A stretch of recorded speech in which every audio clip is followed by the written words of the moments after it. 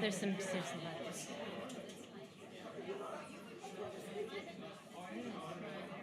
All right, kia ora team. We're running on a tight schedule tonight, so I'm going to have to ask everyone to take a seat or stand at the back if you were late. Are we ready to get going? Yeah. Grand. All right.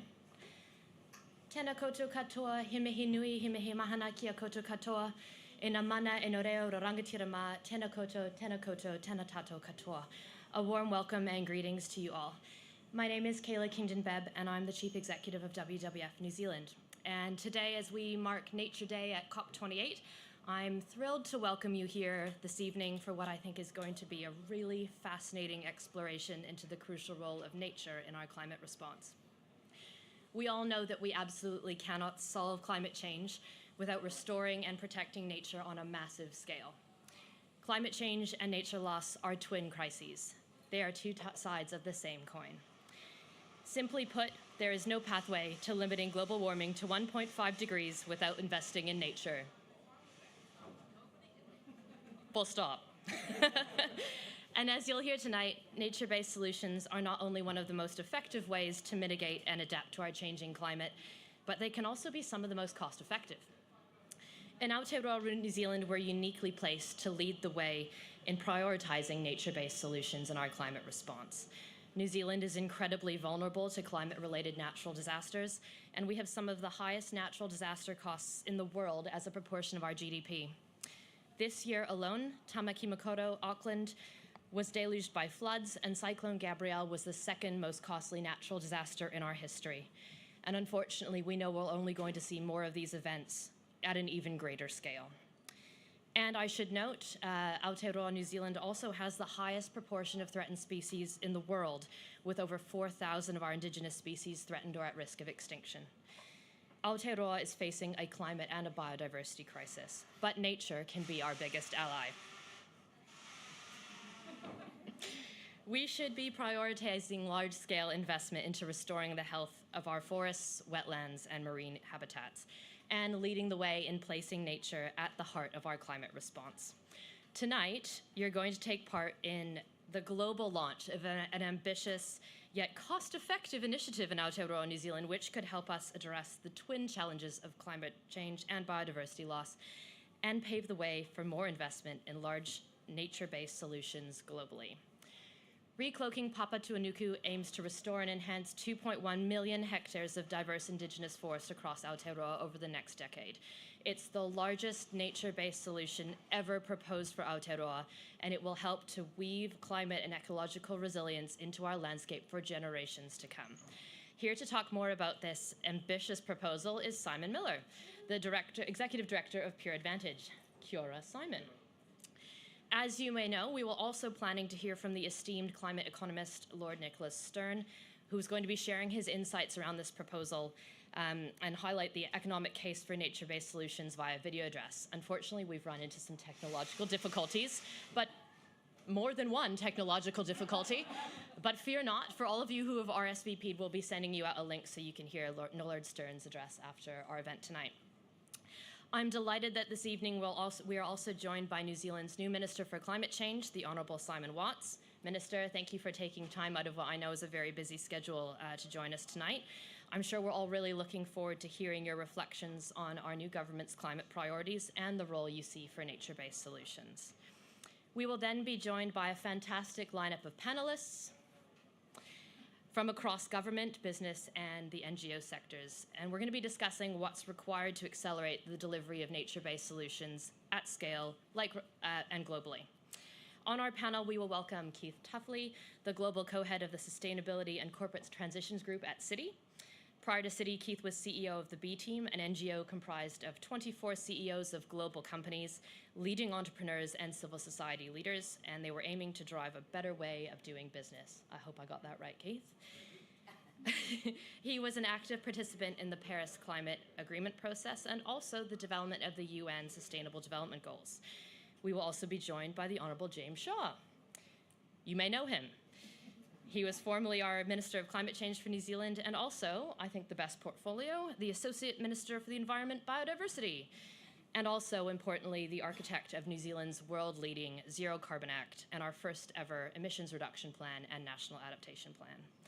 And lastly, we'll be joined on the panel by Alice Rueza, WWF's International Senior Director of Policy Influence and Engagement and a member of the World Economic Forum Global Future Council on Nature and Security. But first up this evening, it's an absolute honor to welcome Marama Royal to the stage to provide a Māori perspective on the role of nature in climate action. Marama is chair of Ngāti Whātua Ōrākei Trust and is also co-chair of Pōtaki Āhuarangi ICF Iwi Leaders Group, the climate change arm of the Iwi Chairs Forum in Aotearoa. Pōtaki Āhuarangi Iwi leaders have long spoken with an authoritative voice about the nexus of climate change and the role of nature, and the need to treat the twin crises at the same time and holistically. It is absolutely crucial that all solutions to the climate crisis are people-centered, led by communities, and informed by Indigenous knowledge. And I'm really delighted that we have Marama here today to share her insights on the crucial role that Indigenous knowledge and in Aotearoa Mātauranga Māori must play in the global response to climate change and biodiversity loss. So thank you in advance to all of this evening's speakers and panelists, and I hope you all enjoy what is going to be a jam-packed, very efficient, and deeply insightful look at how nature is our biggest asset in the global fight against climate change. Kia ora, welcome Marama.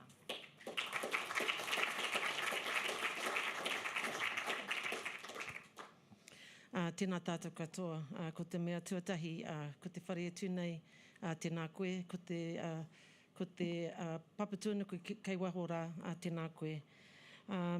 E mihi atu kia koe ki te minita o mua, James, mō tō pukumahi, mō tō whakaaro rangatira o ngā whenua, o ngā moana, o ngā taiao. Tēnā koe, mō tō mahi. E te rangatira, te minita hau o te take Āhuarangi, Simon, tēnā koe. Pai ki te kitea kia koutou, kei wanganui a mātou. E ngā rangatira, e ngā mareikura, e koe kei. E te mareikura, tēnā koe. Pai ki te kitea kia koe, ki tēnei kaupapa o te rānei, kia ora. E ngā rangatira, e ngā mareikura o ngā haue whā o tēnei ao. Tēnā koutou, tēnā tātou katoa. Ko Marama Royal tōku ingoa, ko te hea wahine o Ngāti Whātua Ōrākei ki Tāmaki, ko te kau hea wahine o te take Āhuarangi o National Iwi Chairs Forum ki Aotearoa. Kia ora everyone, my name is Marama Royal, and as I said, I am the chair of Ngāti Whātua Ōrākei ki Tāmaki, which is the tangata whenua that live within the Auckland central area of New Zealand and the beautiful city of Auckland. We are the tangata whenua that has held the ahi kā in that area for over 180 years. And it was my tupuna Apihai Te Kāwau who actually gifted that whenua to Governor Hobson to establish the settlement of Auckland City, with a further 11,000 acres being gifted to extend that out further. So we have a real connection and a real passion about Auckland City and the whenua that it's been built on. I'm also the co-chair of National Iwi Chairs Forum for the Climate Change, which is called Pōtaki Āhuarangi, which is the climate change portfolio for National Iwi Chairs. We meet 4 times a year across Aotearoa, and this pō is one of the most important pō because it is talking about the future of our generations that you and I are probably never ever going to meet, but it's about ensuring that they actually do have a future. And we need to do action now.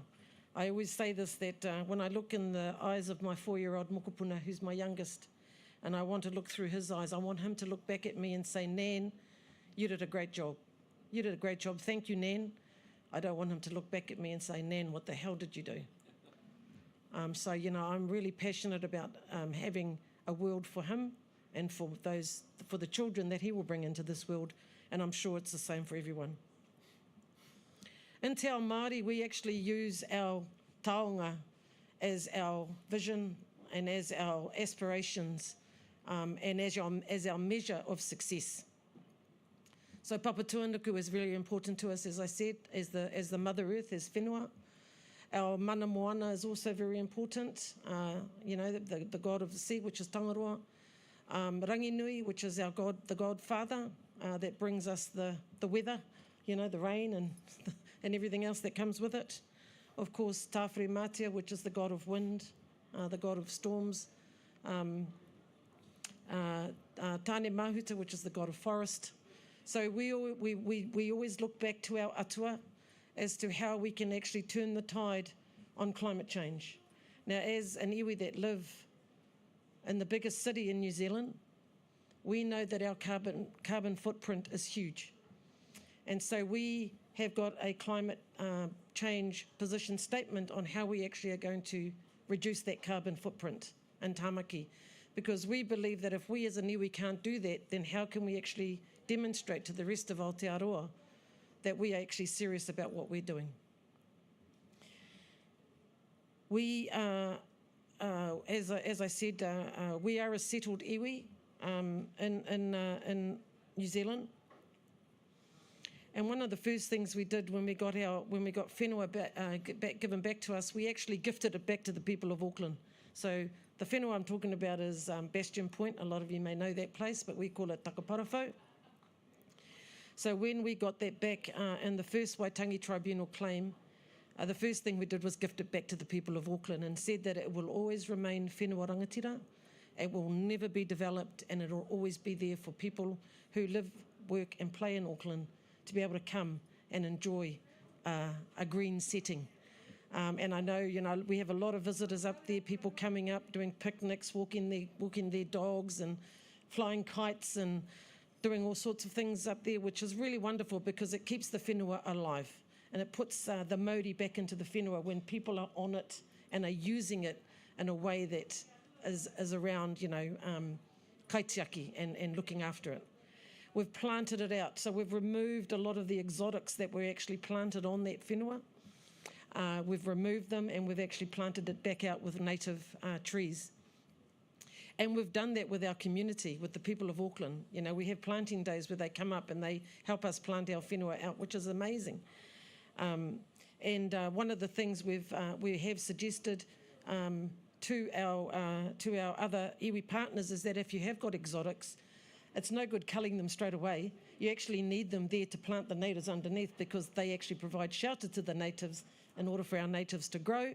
And then once they've taken, then you can bring them, then you can bring those exotics down. And people have actually started to use that as a strategy in replanting the natives back on their whenua. One thing that we have noticed with our natives going back onto the whenua is that our Māori weta has returned to us. And that had basically been gone for many decades. We're now seeing it returned back now that our natives are coming back. A lot of our birds are coming back that we haven't seen for a long time. The tui is forever flittering around. We've seen, the pipi whāreroa flitting around in our natives as well, which is wonderful. Again, these sorts of examples of what we are trying to encourage other iwi across the motu to do, and other iwi are doing that. We're not saying that we have got the answers to everything, we're just saying this is working for us, and we're happy to share that knowledge with you and with others. Our moana is also very important to us. Back in the 1950s, where our village was down by Ōkahu Bay, which is down below where we currently are living, in 1952 it was burnt to the ground because it was deemed to be an eyesore by the current government at that time. And what happened with that was that that whenua was taken and we were not able to go back and live back down there any longer. However, our urupa still remains there with a lot of our loved ones in that urupa. When we had the Auckland floods this year in January, that whole whenua was underwater, was completely flooded. You couldn't actually even see the headstones in our cemetery. They were completely underwater. We realised then that this is not going to be a once-in-a-lifetime event, that this is something that's going to continually happen to us. So we had to come up with a plan on how we could actually start to reduce that type of flooding. So, Minister, I'll have your ear on this one. We've come up with a plan to actually redirect Tamaki Drive, which actually, if some of you know that area, goes right through Ōkahu Bay and heads back into the city. We're actually wanting to redirect that now to go around the back part of the whenua and then come out on Whātua Crescent. And what that will do will actually bring our whenua and our moana back to its natural state. And it will actually remove the impacts of any flooding, any future flooding for that. And our urupa will actually be, will remain above water. We do know that the tides are rising continuously, so we are always strategising about how we can actually minimise the impact of that on our whenua. So daylighting of streams, we've got water running underneath us continuously, so daylighting those has been a great project for us. We've actually seen our tuna come back, so our eels have come back to us, which has been a great, they have been a great source of kai for us in the past. So it's wonderful to see those being returned back as well. Also creating wetlands and making it as natural as possible, building swales so that it actually does redirect water when water does get onto the whenua is another one. Our bay has been a very important taonga to us. So Ōkahu Bay was our kai. That was our pātaka. That's where we got our fish from. All our kai moana came from there. When the sewage pipes were put in, obviously it killed everything in our bay. My uncle used to always joke that he was the best breaststroker because he learned how to swim like this, and that was because all the sewage was going into our water, and that was how they had to swim, was to get it out of the way. We've now had that restored. Obviously the sewage pipes are no longer there, and we've had all the moorings that were sitting in our bay for over 50 years removed. We've had a boat thing, a barge, go along with a magnet underneath, and it's picked up all the rubbish on the seabed, and when it came up off the water onto the ramps, everyone was amazed at how much rubbish was actually sitting on the seabed. And then we've just finished putting the last 60 tonne of mussels back into the bay, because as you know, mussels clean up the seabed, and they're all back on our piles. We're now seeing kahawai jumping around in our bay again, so we can now see that because of that restoration and that re-energising of our bay, we're now having our fish and our kai moana coming back in. I probably won't eat any pippies from there for the next 5 to 10 years, but hopefully after that, I might go out and grab some pippies and have a kai of those. So that's another thing that we have been doing in order to try and come up with solutions around how we can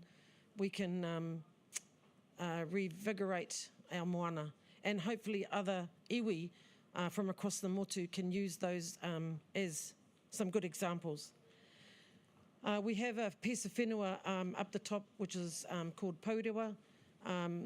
For over 50 years it was returned to us in our last settlement. Over 50 years it was a pony club, so we had no access to it. Down the bottom in the streams was a whole beautiful bed of watercress. We couldn't get to it because the pony club had it.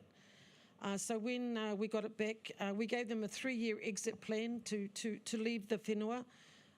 They took us to court because they thought that we were just going to let it go and to do nothing with it. We actually won the court case. We weren't thinking that we would, but we knew we would, but it did cost us money to defend ourselves. And what we've done with that piece of whenua now is that we've turned it into a native nursery. So we actually, from seedlings right through, and we actually giving those as a koha to the people of Auckland and saying, you come and get your natives from us and plant them wherever you want to plant them, because for us that is part of this climate change strategy. We also have a community mara, a mara garden, and we actually plant now by the maramataka. We do harvesting every Friday, where our community come in and they can actually grab the kai. No charge, they just come in and basically help themselves to kumara, corn, greens, anything that we can plant that is ripe for planting at that time. And of course, we can now have access to the beautiful watercress that's down in the Ōrākei Creek, and we bring that up as part of the harvesting so people can come and grab that as well. One of the things that we have done around, and I think it's around the biodiversity stuff, is, privet has been a real big challenge for us. For those that have whenua, privet is not a very nice weed, and it just spreads itself.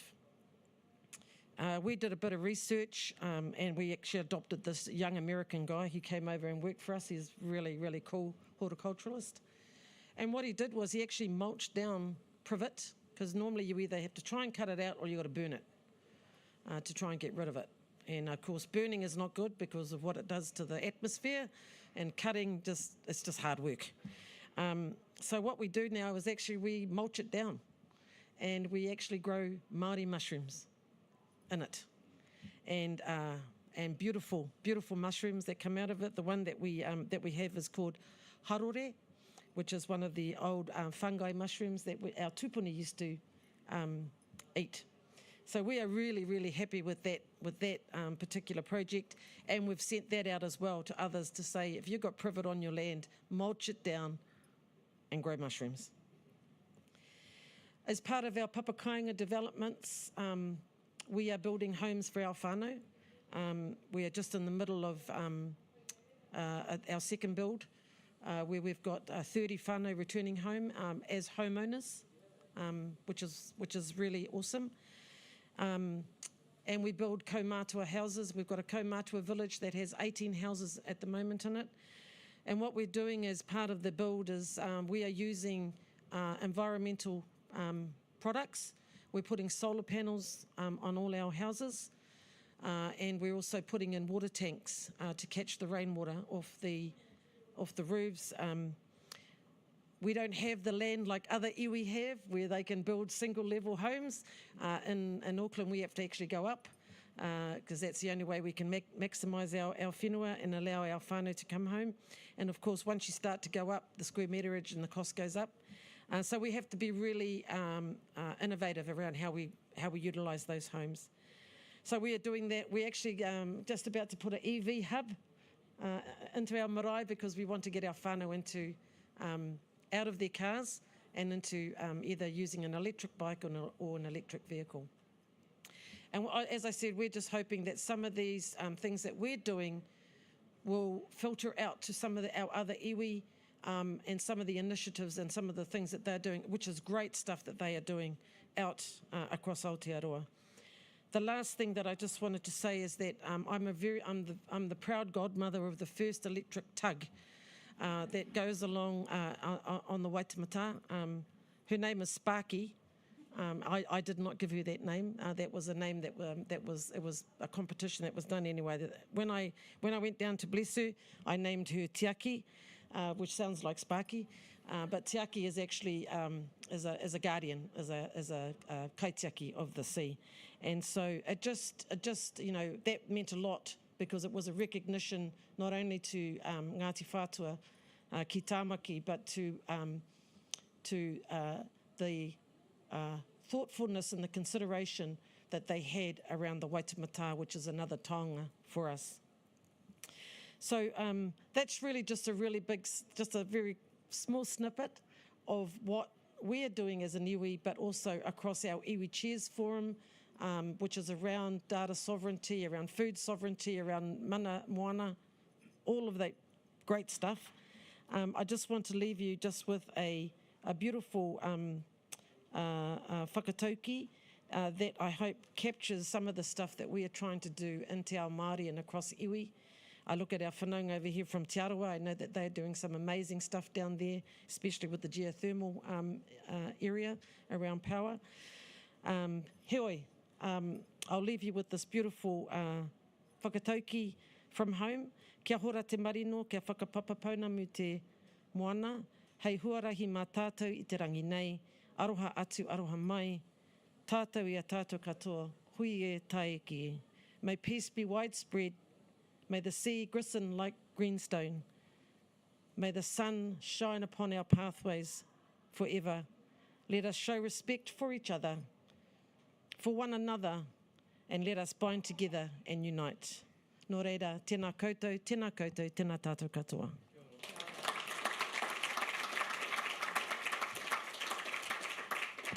Kia ora, Marama. Thank you so much for giving us the state of the world. According to Ngāti Whātua Ōrākei, it was beautiful and very holistic framing and underscored how we need to treat these challenges as a whole from many different dimensions. Now, my job tonight was to keep to time, and I'm already totally failing at that. No judgment, was me too.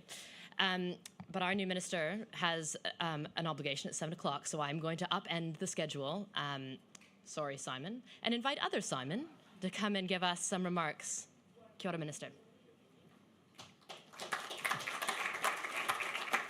Well, kia ora koutou, and a very good evening. It feels like there's been a lot going on today, and yeah, we've got another session after this. But look, firstly, just want to acknowledge everyone in the room. It's great to see such a crowd here. It's great to see a few Simons as well.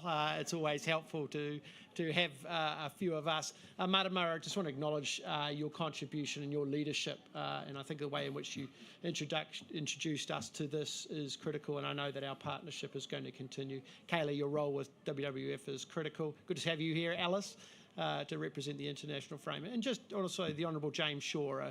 James has handed the baton across in New Zealand politics and climate in particular. We are unique. We do have a degree of bipartisanship in terms of the direction and the destination, and I acknowledge that handing over that baton, and I just want to also acknowledge the work that you've done over the last 6 years to lead that agenda from a New Zealand point of view, and that's acknowledged. Miles, great to have you here with Andrew from Frontiera, and reflecting that integrated leadership of large scale and a huge element of our economy as well. New Zealand has a unique national environment and native biodiversity, waters, landscapes. It's all very much intrinsically linked, I think, to our national identity, and a significant proportion of our species, as we know, can be found nowhere else in the world but in New Zealand. But we face major environmental challenges, not only from climate change, but also from a rapidly increasing and loss of biodiversity. We have one of the highest proportions of threatened species in New Zealand, native species, and more than 3/4 of our native birds, bats, and freshwater fish species are at risk of extinction.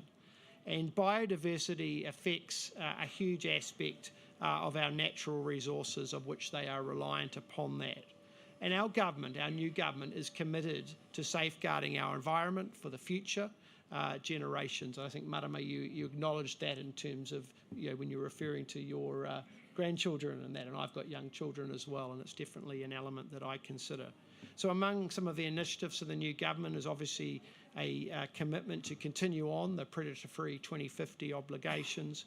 We're wanting to look at working on reducing and controlling the spread of the wilding pines, supporting the rehabilitation of wetlands, cleaning up of fresh water by improving, in particular, sediment management and reducing nutrient loss. The world is aware of the climate crisis. I think it is the reality of where we are at the moment in terms of all of those people that are gathered here in Dubai.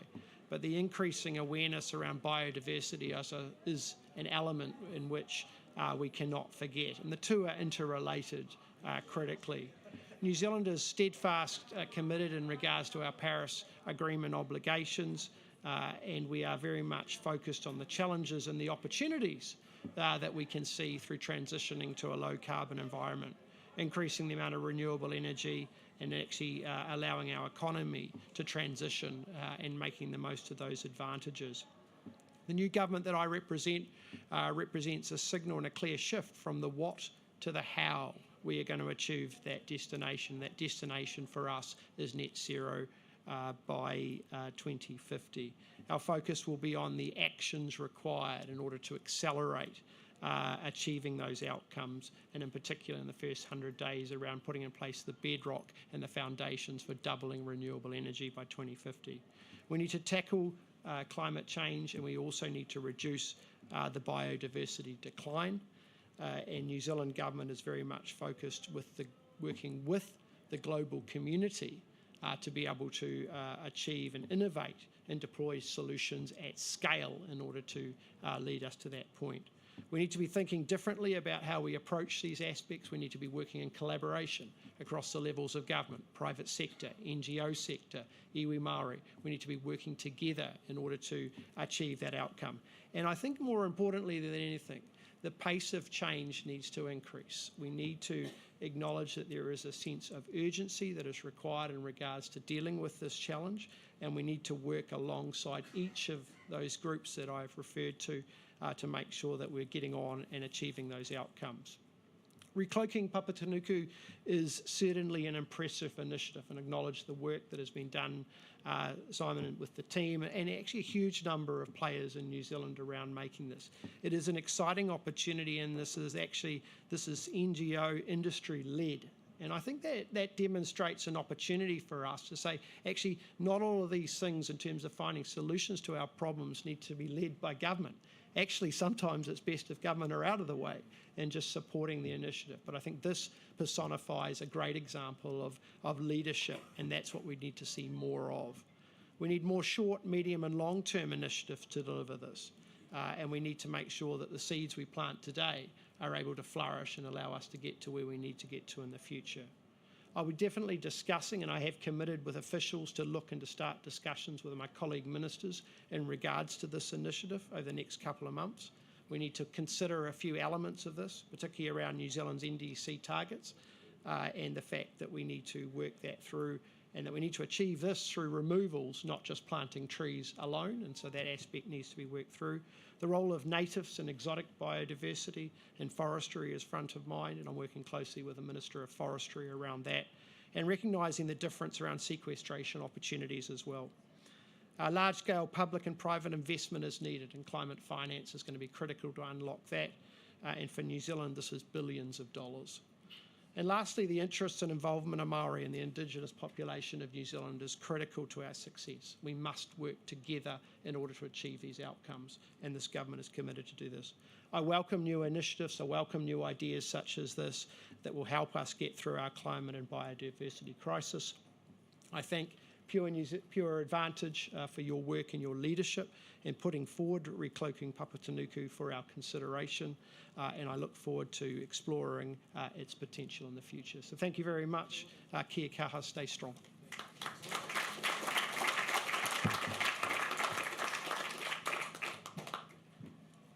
Kia ora, Minister. Thank you very much for your remarks, and it's very encouraging to hear that you have picked up the baton and will run forth, consulting with colleagues on this really important initiative, which I'm now going to invite Simon Millar to come tell us about. Thank you. The clicker is yours, Thank Simon. you. We've got a short, thank you, Minister. Thanks very much. And we've got a short teaser to play first. Are you good with that?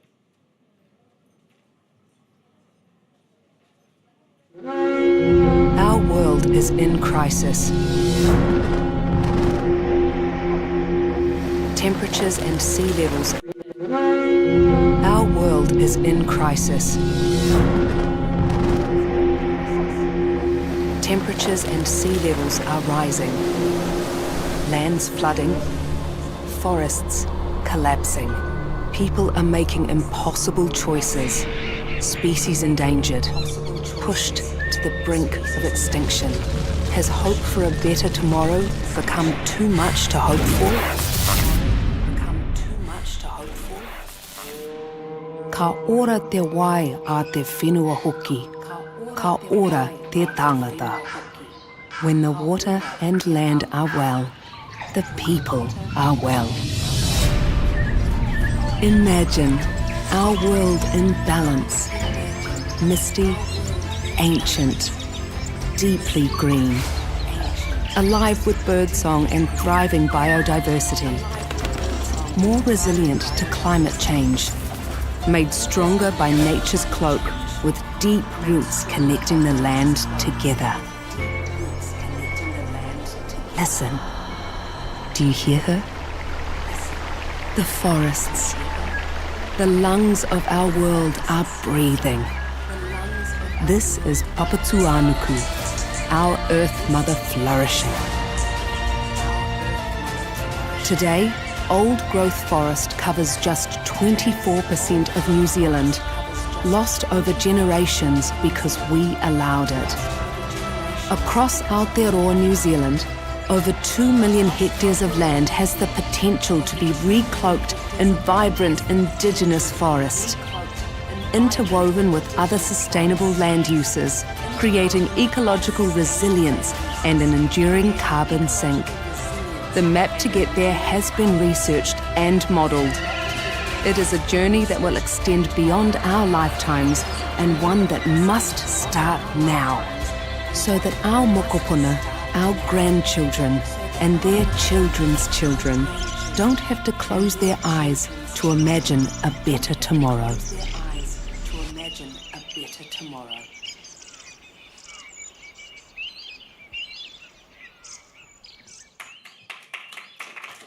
Thank you. Cool. Well, thanks so much. So welcome. My name is Simon Millar. I'm the Executive Director of Pure Advantage New Zealand, an environmental NGO backed by a group of distinguished business leaders focused on realising New Zealand's potential for an ecologically and economically thriving future. So I'm here to introduce Recloaking Papatūānuku, an ambitious environmental restoration plan at national scale that aims to restore and enhance more than 2 million hectares of Indigenous forest over the next 10 years. So that's 8% of New Zealand's land area, about twice the size of Los Angeles County, or 500 times the area of Dubai City. So achieving this would see Recloaking Papatūānuku make a significant contribution to tackling the twin interlinked climate and biodiversity crisis. What's happening there? It didn't load? All right. So Recloaking Papatūānuku recognises that enduring high integrity, co-beneficial carbon sequestration and storage is needed alongside gross reductions to draw down historic and hard to abate emissions. It's a bold proposal that can help New Zealand reduce our reliance on international carbon offsets while also restoring biodiversity and enhancing ecosystem resilience at home. It's not a substitute for urgent and deep cuts to gross emissions. The reality is that we simply need both at scale and fast. The context, of course, is climate change, and we're being impacted by increasingly frequent and severe weather events, such as cyclones causing flooding, landslips, and damage to infrastructure and communities.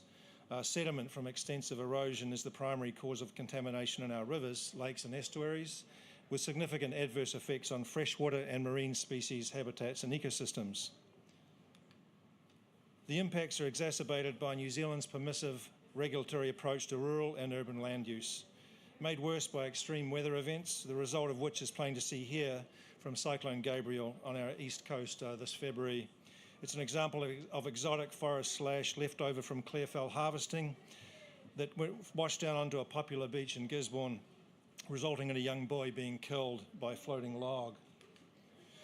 There's a number of other ecological disasters we're facing in New Zealand. Our native species are declining, some 4,000, with a growing number at risk of extinction. Stoats introduced to manage rabbits now also kill our native birds, including our iconic kiwi. Pests and weeds are overwhelming our old-growth native forests, impacting their ability to regenerate and threatening Indigenous biodiversity. Introduced deer and other ungulates, pigs and goats, have devastated many of our forest understories. While a suite of exotic plants, some 25,000 species, have been introduced, they're also increasingly our native ecosystems. Left to right, you've got ginger, banana, passion vine, and climbing asparagus. So the story of New Zealand's forests is a long one.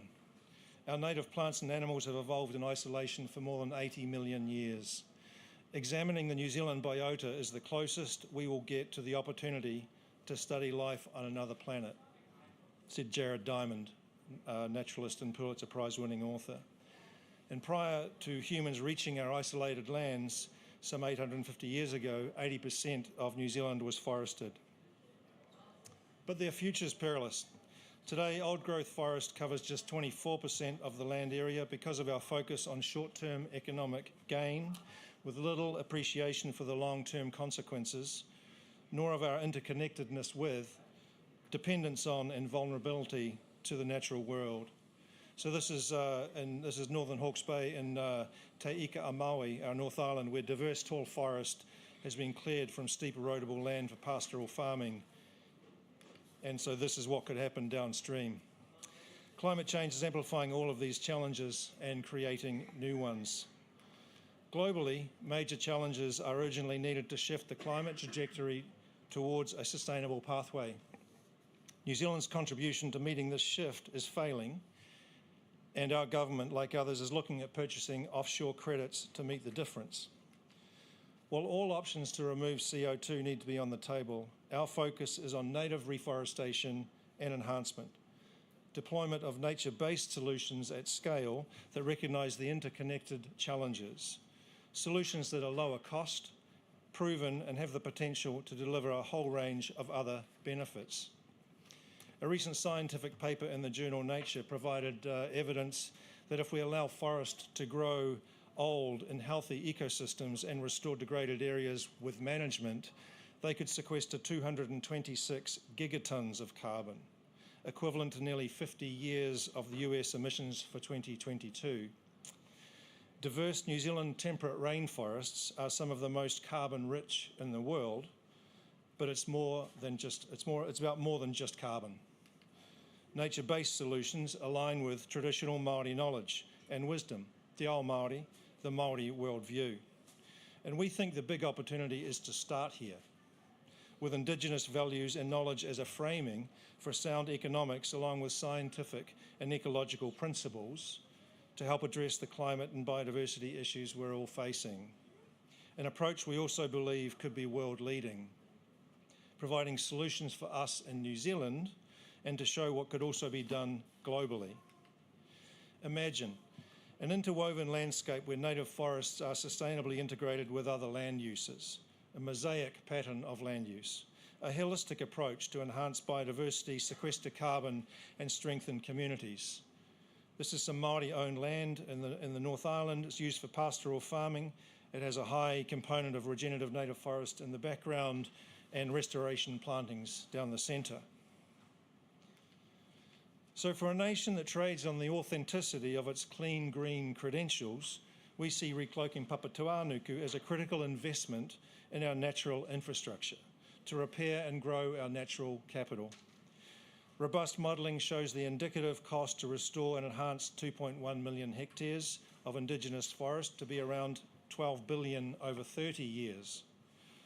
It could sequester approximately 300 million tonnes over that time, or 1,500 million, 1.5 billion by 2100. It's about 20 years of New Zealand's current annual emissions from 2021. We have a $32 per tonne program abatement cost, which is lower than the expected cost of international offsets, lower than the Treasury's modelling in the $41 to $95 range. The model is front-loaded for establishment cost and indexed for extensive animal and weed and pest control and ongoing management. And you could compare the cost of our program with New Zealand Treasury estimates for the damage from the cyclone and Auckland floods alluded to at the start of the presentation, which is in the range of $9 to $14.5 billion. And a number of local councils in those affected regions are saying those estimates are too low. Recloaking Papatūānuku provides the triple dividend of climate resilience for farmers, Māori, landowners and government who can collaborate to create a range of economic and biodiversity benefits, in doing so meeting many of the United Nations Sustainable Development Goals. Now, under New Zealand's first emissions reduction plan, we committed to prioritising domestic climate action. However, our current approach is to rely substantially on international carbon offsets and approach Climate Action Tracker as described as setting, quote, an alarming precedent for significant offset purchasing to meet an NDC. It stated that New Zealand is set to meet by far the highest proportion of its target, some 2/3 of the action required, through buying international offsets compared with any other OECD country. Instead, Recloaking Papatūānuku proposes to allocate some of the projected NDC spend on international carbon credits for domestic Indigenous reforestation and restoration. we can bend the emission path to enable New Zealand to significantly contribute to its NDCs domestically, with massive co-benefits for landscape resilience and biodiversity conservation. We're engaging with key government agencies and central government, as Minister Watts just said, businesses and stakeholders. And there's a huge opportunity for the finance sector to develop the debt instruments needed to show how the cost can be leveraged against future NDCs and ETS revenues. We also want to explore how the environmental and conservation sector might be interested in taking this model to other parts of the world. So to achieve this kind of ambition, we need national buy-in to develop a delivery model that can carry the program to a successful outcome that will be an intergenerational, enduring asset and legacy. Backed by visionary and innovative leadership and cross-party political will that transcends political cycles. And it's key to support its implementation, including funding. Practical first steps include catchment scale demonstration and coalition building with Māori and farmers to business and national government. Step 2, the program needs to be upscaled to deliver diverse native forests across New Zealand. Longer term, we create a national strategy for New Zealand to be a nature-positive country. We share our story with the world, taking our local Indigenous informed knowledge to others and showcasing how we can live at one with Papatūānuku. So we think there's a huge opportunity for New Zealand to adopt Recloaking Papatūānuku and strategically reforest and restore more than 2 million hectares of Indigenous forests over the next 10 years. We accepted the invitation to come here and partner with WWF and present at COP because it's a multi-win, high-value opportunity that addresses a range of critical and interrelated ecological challenges synergistically that can and should be replicated elsewhere. Recloaking Papatūānuku is also an opportunity for New Zealand to globally pioneer the implementation of a nature-based solution at the national scale and with the degree of urgency and ambition of action that Papatūānuku needs and deserves. So we're just at the beginning, and Recloaking Papatūānuku needs bold leadership to make it happen. So can we do it? Yes, we think we can. So why on this blue marble we call Earth, wouldn't we? There you go. Thank you. I'd also, just as Minister Watts alluded to, I want to thank all of the Pure Advantage trustees, Rob Morrison, our chair, Andrew Grant, in particular, Tane's Tree Trust, and a host of people that have helped put this together, Professor David Norton, Amy Spitzer, Olivia Granger, our team at PEED and Whare PR. So it's been a lot of people that we've been engaging with through the course of this year to bring this to this phase. So thank you very much for your support.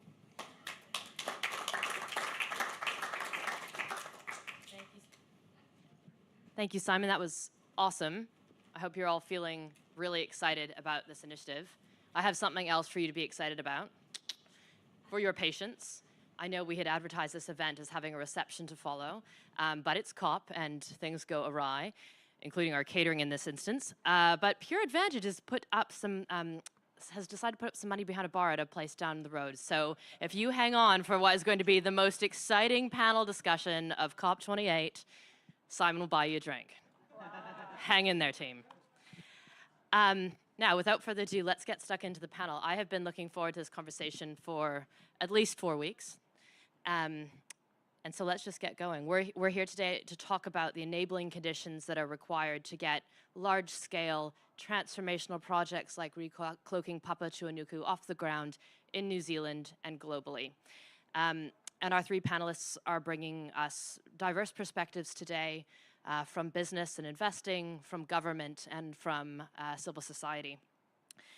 So my first question is for all of them, and we'll ask them for responses in turn. So we know, and Simon highlighted to us, that the scale of investment needed to counter the climate and biodiversity crisis is immense, and the global funding gap is really significant.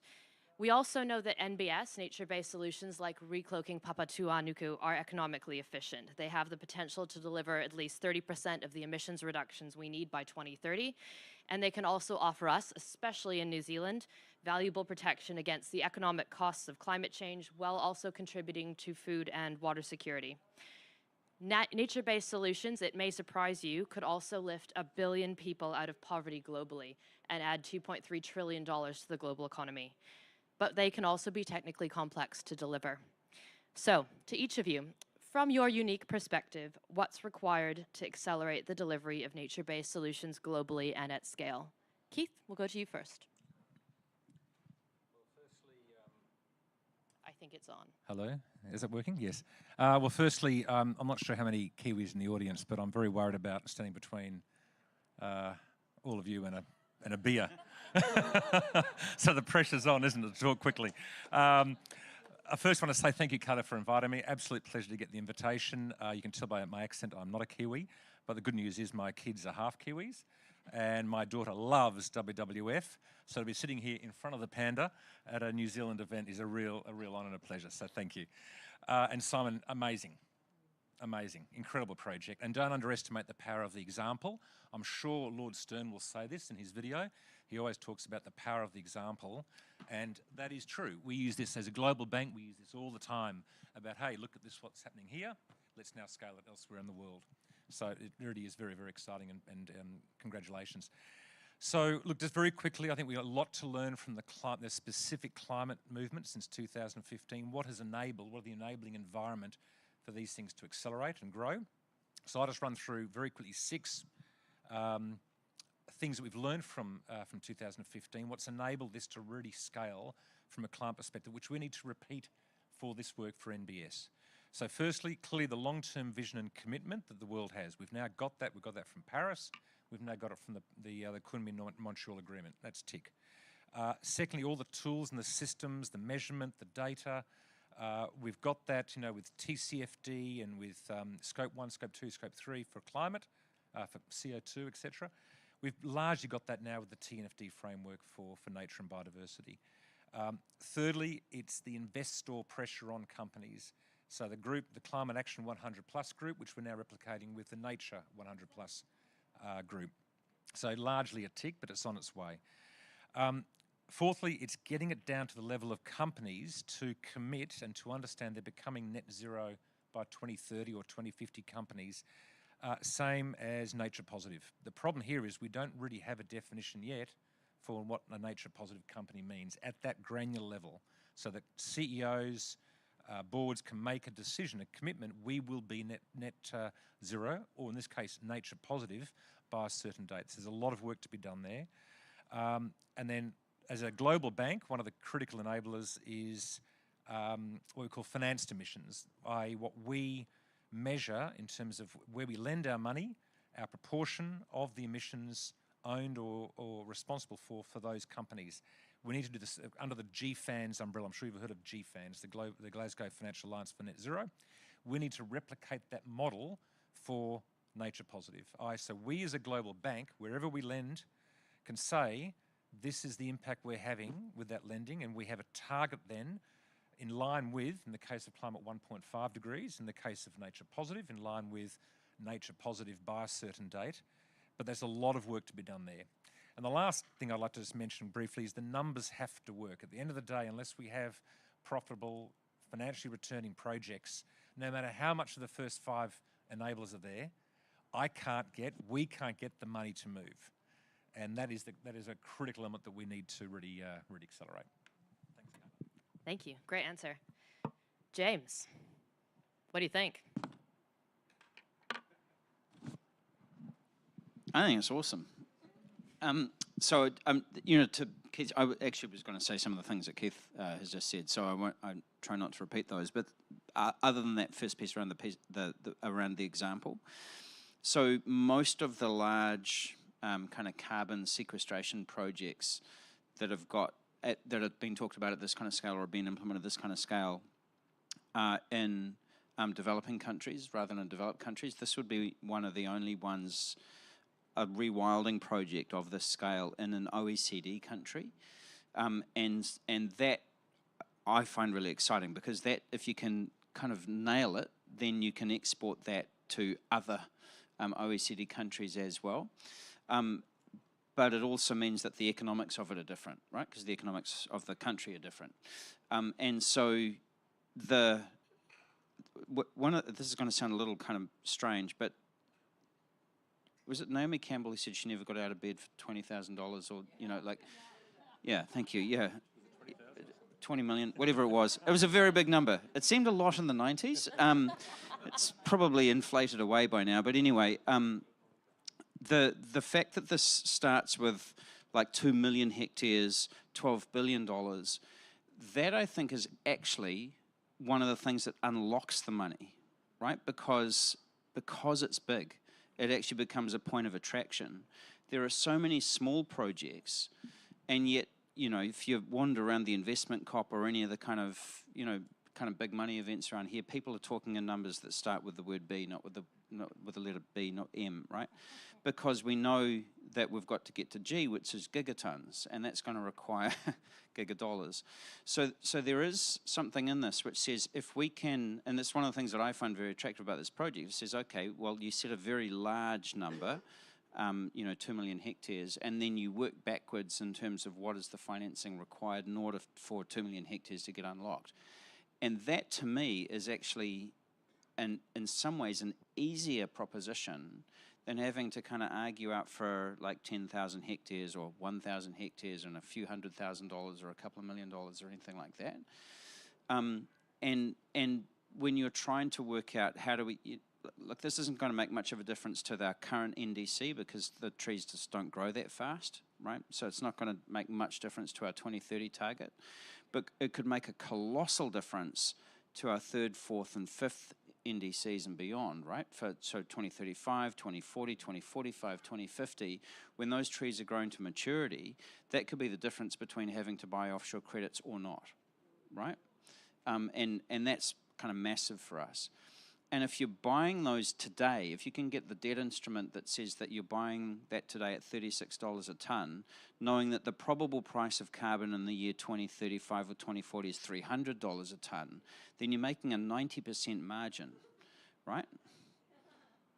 So the people of 2040 will be delighted that we've put them in debt at $36 a tonne if the price of carbon's $300 a tonne in that time. I mean, that to me is the kind of the critical component of this. The third thing is around biodiversity credits and so on and so forth. And, you know, like you've alluded to where things are getting to with that. And in Aotearoa New Zealand, you know, that's a very early conversation. But that does allow you to stack the revenue early as well, right? So, because that is something that you don't have to wait 30 years for it because it has an immediate value. That's just, I mean, carbon markets are hard enough, you know, and all you're trying to measure is gas going up or coming down. Biodiversity credits have got a lot more complicated things to worry about. But if we can kind of crack that nut, then I think that'll make a huge difference as well. Excellent. Thank you, James. Alice, you bring us a global perspective from WWF International, and obviously we've done a lot of, as a collective, we've done a lot of thinking about this. What do you reckon? Yeah, thank you so much, and thank you, of course, for having me here. And it was amazing to listen to you, Mama, Mama, on your work, the work that you're doing on the ground. How amazing is that? And then, of course, to hear this restoration, the large-scale restoration project. So 4 things normally for restoration to work, and I think you've captured them very well. The first one is the science has to be right. You know, where are you going to do this restoration? And is it the right place? Are you going to get the right bang for your buck? Because you cannot just restore anywhere. You have to choose it wisely. And from what I heard in your presentation, you have chosen very wisely where you want to put it. The second one, of course, is that then you need to implement. You need to go down on the ground and implement. And I think some of the examples you gave, I loved your examples of the mushrooms, of the restoration. I mean, having a movement of people restoring and seeing the benefits, I mean, that's going to be amazing. The third one, which I think the previous speakers have covered, is the finance. It has to be right, the cost of restoration. I think you've talked about that. And I think the monitoring. You have to monitor this, because if it's you're doing it for a climate benefit and to reduce emissions, you need to be able to say, to have a baseline and to show that this is where we started, and at the end of the day, this is where we are. So those are normally the big 4 things when you talk about restoration that you look at. Of course, we talk about enabling environment, strengthening the treatment of nature in domestic climate plans and strategies. And for New Zealand, it was excellent to hear this today from your minister and from others. You're already making some progress to work with nature in your country's emissions reduction plan, so that's fantastic. Today is Nature Day, and why are we having Nature Day at COP? It's because while it used to be the forgotten solution when we started out, and we used to push for the 30% of the solution, now it's becoming front and center. We're having a whole day dedicated, and I think more and more of that, and more of getting our governments in the discussions looking to integrate the nature and the climate discussion is going to be important. And then, of course, we just published a report yesterday, WWF did, we're calling it Breaking the Silos. Again, further putting forward this message and why it's important, and really talking about, we're really pushing for a joint work stream in the United Nations Framework Convention on Climate Change on nature, so that we have a nature and climate convergence. And we are going to be lobbying our governments to make this a strong opportunity to really strengthen this political will behind this. And of course, capacity to support this is extremely important.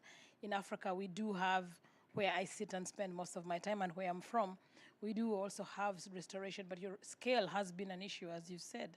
And I think scale is important, as you've rightly said. So being able to have the political will behind it, the financing behind it, is going to be important.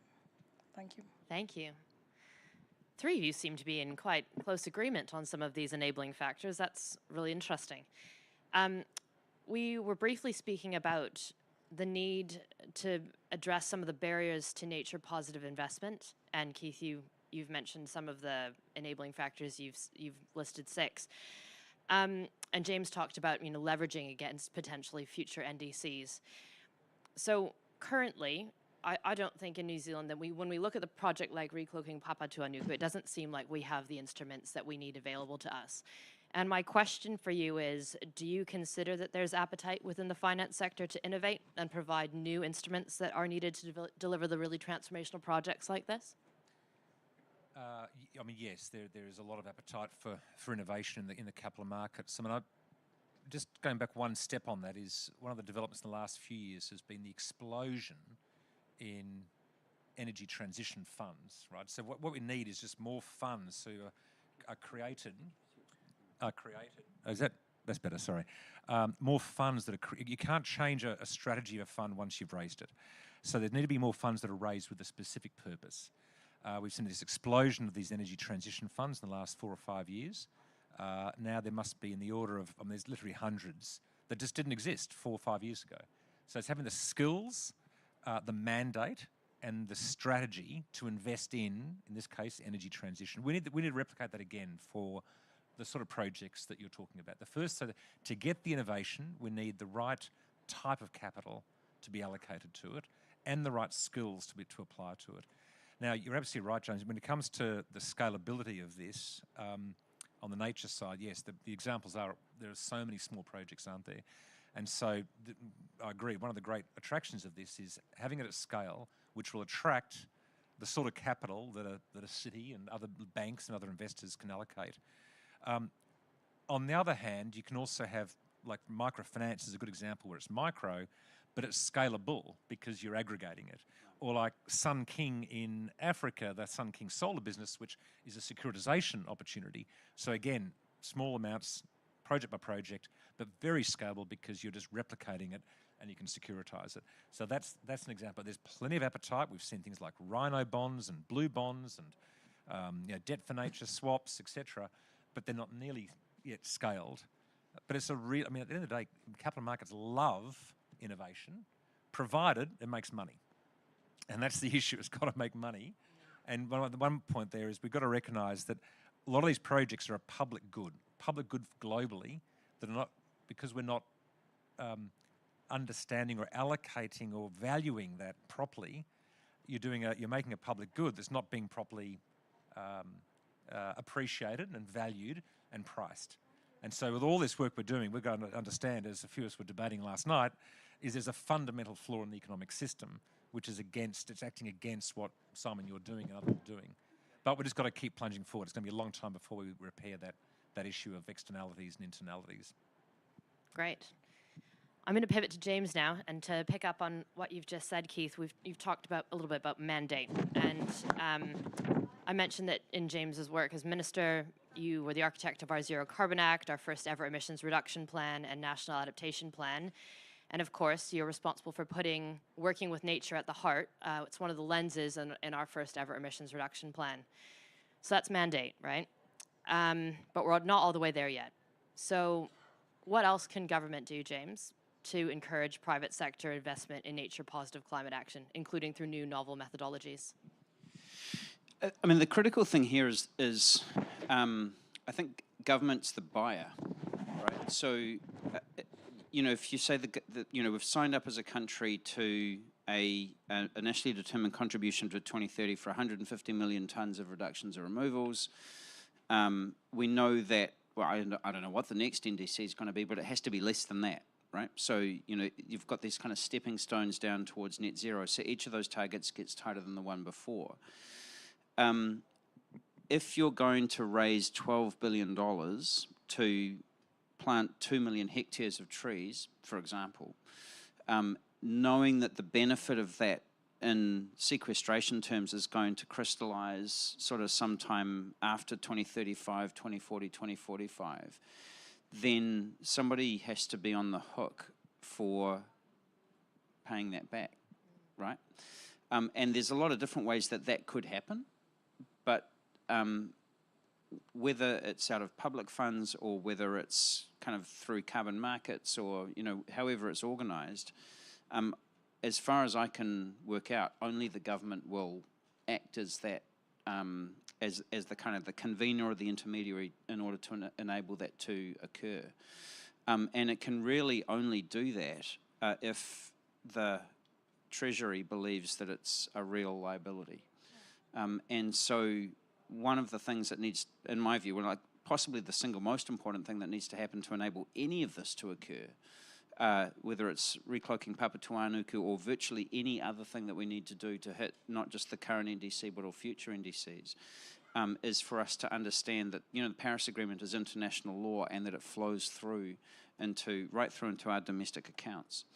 And if you can understand it as a liability, then you can convert that into a strategy and work out ways to monetize that and turn that into an asset and so on. I know I'm talking really prosaic language for what is a very poetic proposal, but ultimately that's, you know, I think that's probably the single most important thing that can happen. And interestingly enough, and I know I'm using the New Zealand example, right? But I think that there are lessons to be learned here kind of for much of the rest of the world as well. Interestingly enough, our new finance minister, Nicola Willis, has another portfolio which is called social investment. And it's sort of built on, it's essentially a kind of an impact bond type approach to social policy. And, you know, there are kind of different views on that, but the kind of fundamental nature of it is a sort of an actuarial approach to problem solving, which then says, you know, that you spend money today in order to reduce a future liability or to convert that into an asset or something like that. That's actually what we're talking about here. So at one level, I don't think that this requires anything so wildly different or outside of our current realm of experience. Like it's, you know, like you say, you know, there are instruments in place that we could do this, but it does require us to make a decision to do it. And to me, that's the single most important thing that governments can do to enable projects like this to occur. Great.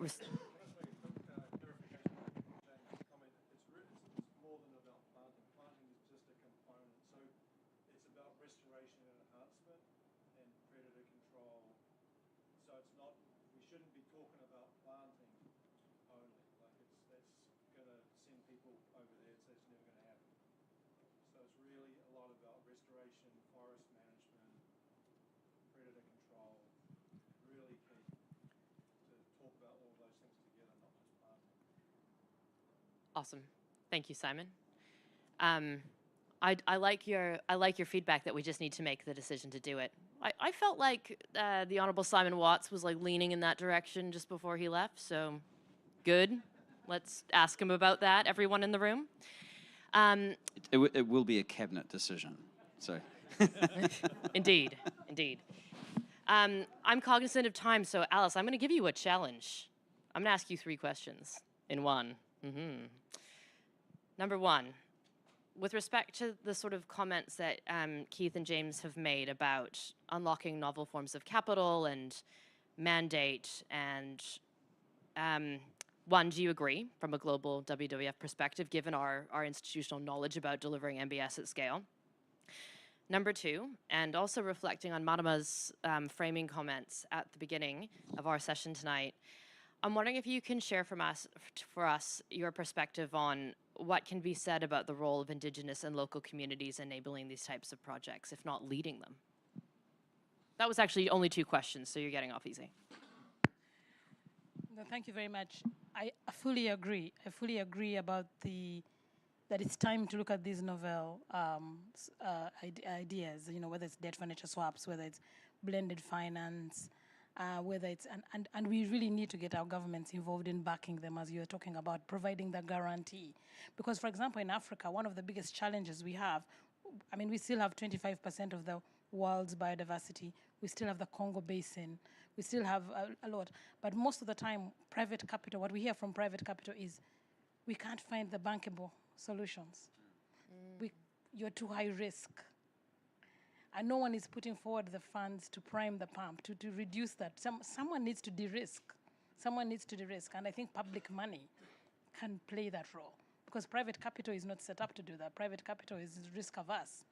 So we need to get our public money to de-risk this so that we can bring private capital. And really, private capital is the only money left out there that's available, given all the challenges we've had, still trying to recover from COVID, still trying to pay our debts. I'm talking about Africa now. We definitely need our governments to step up. Yeah, we need them to step up and be guarantors. And I feel like maybe one of the challenges we have at the moment is that we don't have the level of internalization and thinking and capacity in our ministries of finance or ministries of environment to think about how we can structure these. But we do need to get there, and WWF is doing a lot of work around greening finance and greening the financial sector. We're working with banks a lot to try and create this understanding of the nature risk so that they can have these discussions, because I think it's important. So I agree, and that's the point. The role of Indigenous people, yes, amazing. I mean, Indigenous people have lived with nature for millennia. They have the knowledge, they have the skills for us to do, for them to how to manage. We had very good examples. And actually, the science has come out and has shown that the lands that are under management by Indigenous people actually are protecting biodiversity better than all the work that we've been doing to create protected areas and all of that. Actually, the lands are better. And I think you look no further than what we've just had. They know what they need to do. They know the things that need to happen. They know what is restoring. So I really believe that the role of Indigenous people is so important that currently I'm actually leading our whole organization-wide project on implementing the GBF through a community-led approach. And we're really pushing for empowering the local communities and Indigenous people to be engaged in the NBSAP, the revisions of the NBSAPs, to be engaged in, to get more dedicated financing flowing, to be engaged in the conservation design and all of that. Thanks. Thank you. Kia ora. That was a great answer, Alice. I loved your commentary about blended finance as an opportunity, and also, of course, the role of Indigenous peoples, which we've seen is really paramount in the Recloaking Papatūānuku project. Okay, we're running out of time, and I'm gonna be in trouble, and there's drinks at the bar. So I'm gonna explode our agenda slightly and ask our panelists to give us a closing comment. So we've talked a little, Keith, you mentioned that one of the issues is that nature positive investing is a concept that, you know, nature investment is what climate investment was 10 years ago, 5 years ago. And there's a lot of potential in it. But one of the issues that we're grappling with is that there's no commonly placed definition of what nature positive means in this or other contexts. And of course, I should note WWF is actually leading some work on this with a consortium of other groups. So my question for all 3 of you in turn is, A, would you like to have a stab at defining nature positive investment for us? If not, why not? No, if not, you're also welcome to use a few seconds of the time to share with us any final reflections on the enabling factors needed to deliver projects like this, or the Recloaking Papatūānuku project proposal specifically. And I'm just going to go in other orders. So James, you can go first this time. You're on your feet. Yeah, I was just going to, it's funny because I was just about to make some notes. I wanted to pick up on that comment that Simon made about the nature of the proposal. You know, it does include some reforestation. It also includes predator control, which, you know, if you can get rid of the browsing predators, then that adds to the understory, which means that existing forests actually end up soaking up more carbon dioxide than they otherwise would. And at least in New Zealand at the moment, that's not, as an activity, that's not currently recognised because we, you know, essentially the science hasn't been completely nailed in terms of what the effect of that would be. So as an enabling factor, having a system by which that occurs would be a good one. And this is one of the great frustrations of my time as climate change minister, is that at least in our system, all the science has to be done by government, which produces an immediate bottleneck because it's underfunded. And so then we just say, well, no, I'm sorry, we're not going to do that, which means things like this don't happen. So one of the things I think we need to do is to throw that open, flip it on its head and turn it into an innovation system where people who go, actually, I reckon I can work out a way to, you know, sequester an additional 10 or 15% of CO2 in our old growth forests. I'm going to put up my risk capital in doing the R&D on that, and then if I can get that over the line scientifically and get it recognised and get it into the ETS and so on, then all of a sudden that means that I can get a return on that. And it means that the government, all the government needs to do is to have an eye-wateringly high scientific standard that is the threshold that you can then defend internationally when a bunch of Canadian scientists want to kick the living daylights out of our inventory. And if you can do that kind of thing, then you really are letting 1,000 indigenous flowers bloom, right? Because it means that kind of all good ideas come to the table, and people who want to have a crack at something can, and you know, things that meet the standard they pass, and things that don't meet the standard don't, and that's kind of fine, right? And so that's another kind of really important point. And the reason that I'm saying that isn't just for the sake of the fact that I know that the room is stacked with New Zealanders who might be able to do something about that, but that again, if we can sort of start thinking about those kinds of systems internationally, then you can imagine what the kind of the innovation effect of that kind of thing could be worldwide. So that would be my kind of closing pitch for things that we could do differently that would enable big projects like this to happen. Excellent. I'm going to let Alice have the last word because the panda gets the last word at this event. So Keith, your turn. 3 quick comments. Firstly, couldn't agree with you more about the blended finance. This, in particular, this needs blended finance. But I will add one point to it, which is the role of philanthropic capital to be part of that. I mean, there's nothing more exciting than nature and biodiversity for humans, right? It is far more exciting than carbon dioxide and methane. You know, just when you think about the vision of what we can create or recreate for the planet, and so therefore, and there's a lot of capital out there that wants to go to places like this. So it's, you know, the opportunity for us to mobilise philanthropic capital with government capital to de-risk projects, to do the sort of projects that, Simon, you're doing, and there's others in the room that are doing such projects themselves. So that's a very important element. Secondly, and maybe lastly, on the point of net positive, nature positive. I mean, we know what a net zero company is now. When we first set up the very first net zero companies back in 2015, we had no idea what they meant. We just decided that we had to set them up because we had to use that as an example for countries. But now we know the measurement systems, the definitions, the whole value chain. The point about being nature positive, you've got to go the whole value chain of the company.